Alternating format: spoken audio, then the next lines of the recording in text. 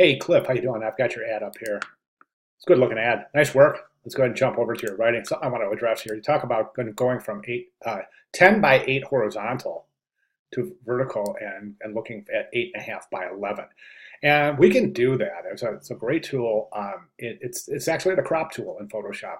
And we're going to learn this technique next week when we start getting into our banner ads. But I might as well show you right now. So right now, this image right here, you would look at this and you say, can I use this for a 8.5 by 11-inch magazine ad?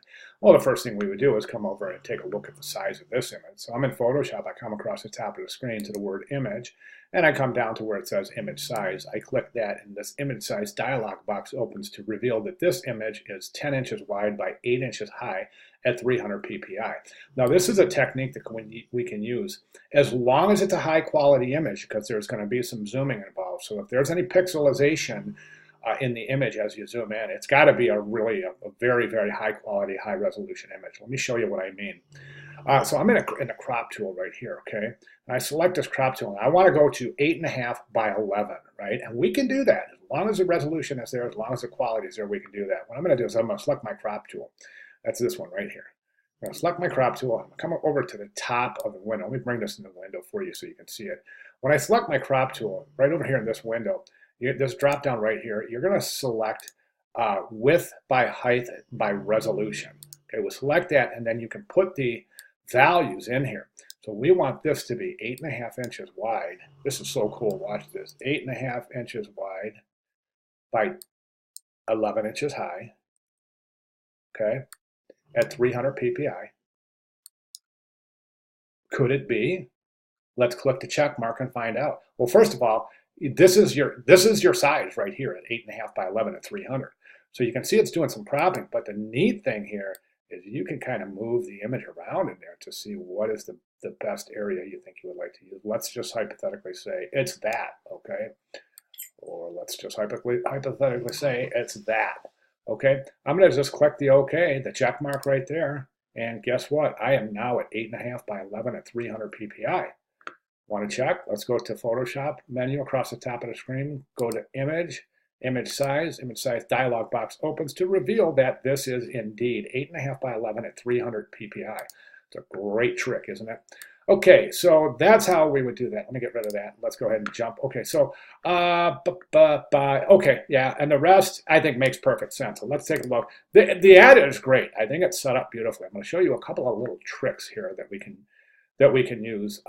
But right now, I think that the main thing, I think the issue with the ad right now is that it's not as harmonious as it could be. We've got a little bit of disconnect between the type and the image itself. The image is great. Those of you who are watching along and looking and saying, hey, where's the masked image? It's right here. It's the image of the couple.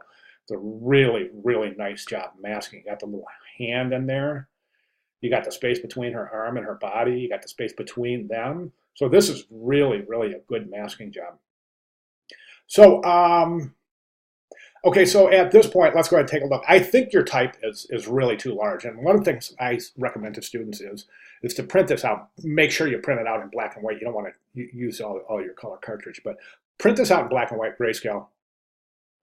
Just a quick draft. So you can see how big the type is enormous. When you print this out, you're going to go, whoa. It always appears smaller on screen, and that's why I always recommend to print it out, because you're going to see this type is really enormous. Well, at least the parts that we're going to change are this area right here, this kind of subhead, the body copy, the address, and the logo, and the rest is going to be okay. So I think right now the main thing we have here is the headline. The relationship between the headline and the subhead, I think, is great. One thing I would recommend is pulling that subhead over to the left a little bit so it aligns. The S in Thomas aligns with the E and Paradise on the right margin. At that point, what I would recommend doing is that, so this is area, presumably, I can't tell because it's a PDF, but I think it's a PDF or it's a JPEG. Regardless, we've got headline, Arial bold, and then Arial bold italic for the subhead. That's a nice relationship right there. This is really way too big. Think about the relationship of typography, and just think about a newspaper. It's always headline, subhead, and then the intro to the article, and then the body copy. And each time we move down, the type gets smaller and smaller. Right now, this is larger than your subhead. So we immediately jump from Find Your Paradise over here, then back up here, then over here, instead of going right down the line, going like Find Your Paradise, gathering that, and then coming and then just gathering all the information. Instead, we're doing this kind of zigzagging around the page, which is not really comfortable for the viewer. So what I would recommend is this. Now also, this is set at what looks like to be a bold italic. Now don't forget, body copy is required to be set at Arial regular. What I would recommend here is this. I would take this and I would just say, let me see, how do we gonna book 3 nights, get the 4th night free? I would just set it a couple, maybe 3 or 4 point sizes bigger than this, not much at all. You can even use the same white and then just place it above a little bit, book 3 nights, get the 4th night free. Or get 1 free night, here's how, or something like that. I don't know, but just so that we get that out of that position and over the main paragraph as kind of an introduction to the main paragraph. Then set the main paragraph to Arial regular. Now, you may find that it's difficult to read. If it is, here's a little trick.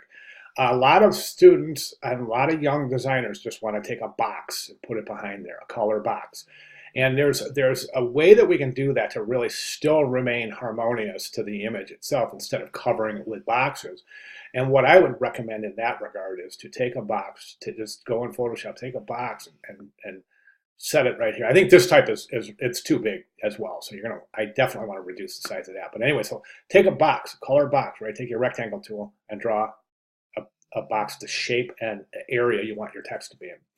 Then come over here somewhere and maybe sample one of the colors out of the image, maybe this blue right here, so that the image is that color, the box is that color. Then instead of just pasting your type in that box, what you're going to do is take the opacity of that box and really, really reduce it. This will all be done in Illustrator, by the way, right? Then you'll really reduce that so that so you can see through it. You can see the background through it. I mean, really reduce the opacity so it's almost fully transparent, but there is enough color in there to support the words. I don't even know if you'll have to or not, and then one final trick, well, actually 2 more comments is really reduce this. This is really large. I would really reduce that. And then the logo itself, I think, is a little bit high. I think there's too much room between the bottom of the page and where the bottom margin is. So let's move that down a little bit. You might consider using the purple logo down here, the logo with the purple background, because this is really difficult to read through that. It's a difficult typeface to read anyways, so specifically when there's things on the background with that transparent background of the logo, it's sometimes difficult to read. So in this particular case, you may consider using that purple background logo right there and then reduce the size of the contact information and place that right down there. Okay, one final trick. We've got this situation where we've got faces. Now, we can use faces in any one of our compositions, and we can use it to our advantage. Right now, we're going to use the sight line. He's looking this way, right? The first thing we look at as humans, it's a strange phenomenon, but if there's another human being in an image or an ad, we're looking straight at the faces. That's where we go first.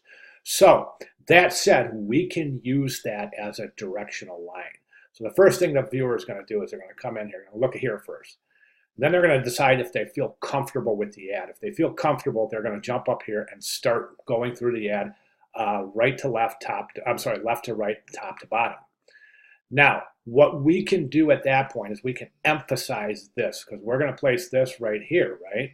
If we reduce the size of this body copy, move it down, and just draw a straight line from his eyes, and then place this right there, it's going to kind of force the viewer. Once they'll look at the image, they'll come back here, they'll start looking, they'll look at the image again, and they're going to follow his sight line, and it's going to be a wonderful introduction to your promotional paragraph. Okay, outstanding work.